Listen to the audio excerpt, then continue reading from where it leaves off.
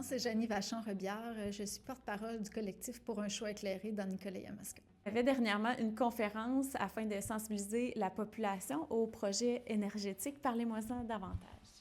Oui, en fait, on a fait venir Jean-François Blain, qui est un analyste indépendant depuis 30 ans, qui analyse toutes les questions énergétiques au Québec, parce que c'est des questions complexes.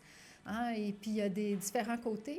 Donc, beaucoup de maires de la MRC sont favorables à ce qu'il y ait un projet de production électrique et d'énergie dans Nicolet-Yamaska.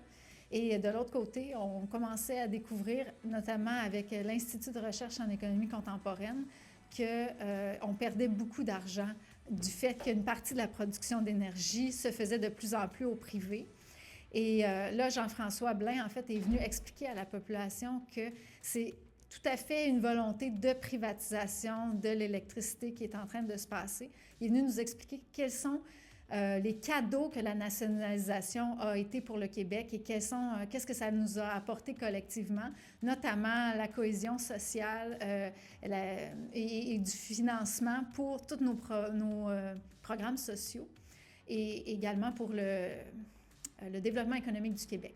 Alors, il est venu nous faire comprendre l'héritage de la nationalisation et les problématiques qui s'ensuivent d'une privatisation et il nous a fait comprendre que en fait, la façon dont il va y avoir l'élite qui veut cette privatisation-là va réussir à la faire, c'est qu'elle s'arrange pour morceler l'héritage d'Hydro-Québec, en fait, en plein de petits producteurs qui sont les MRC en partenariat avec des compagnies privées.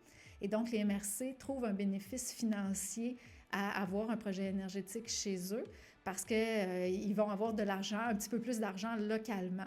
Mais là, ça vient faire un morcellement de l'actif qui appartenait qu'à un seul. Dans le fond, il y avait un monopole, mais un monopole d'État. Et ça a beaucoup d'avantages, comme on gaspille moins la ressource, ça nous coûte moins cher, c'est plus efficace.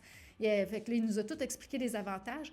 Et là, le fait qu'on partage ça en plein de petits actionnaires partout à travers la province, même si c'est du partenariat privé-public avec les MRC, ça n'a pas la même valeur. En fait, on se retrouve tranquillement à avoir un schéma qui ressemble à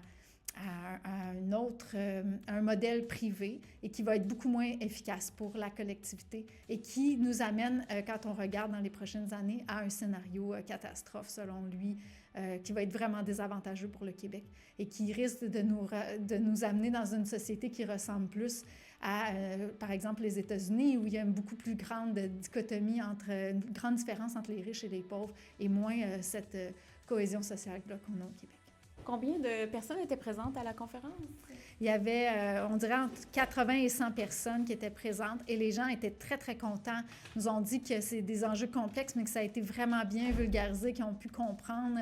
Et les gens étaient un peu découragés, là, on va se le dire, là, parce que le tableau n'est pas rose, mais au moins, les solutions que Jean-François Blain a apportées leur ont donné de l'espoir.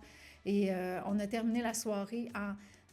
Vendélu était parmi les organisateurs et puis la présidente est venue nous parler de l'importance de s'impliquer au niveau municipal, que c'est là que se prennent des décisions qui vont aussi se prendre à la MRC et puis ça monte jusqu'en haut, dans le fond.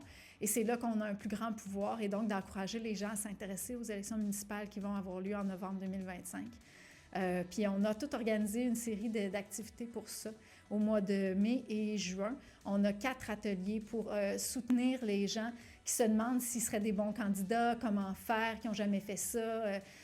Puis des gens qui voudraient soutenir des candidats aussi, comment bien aider quelqu'un qu'on veut encourager à se présenter.